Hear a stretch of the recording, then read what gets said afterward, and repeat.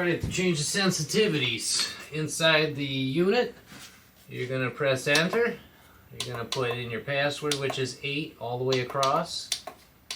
888.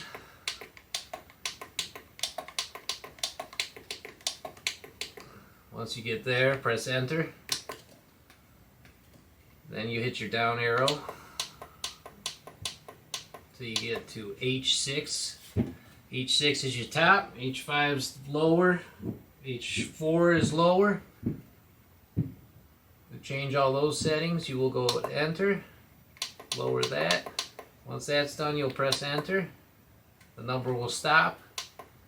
H5, H4, 3, 2, and 1. Those are all the zones of your unit. And then you get out of that, you hit the back arrow once, goes back to the beginning.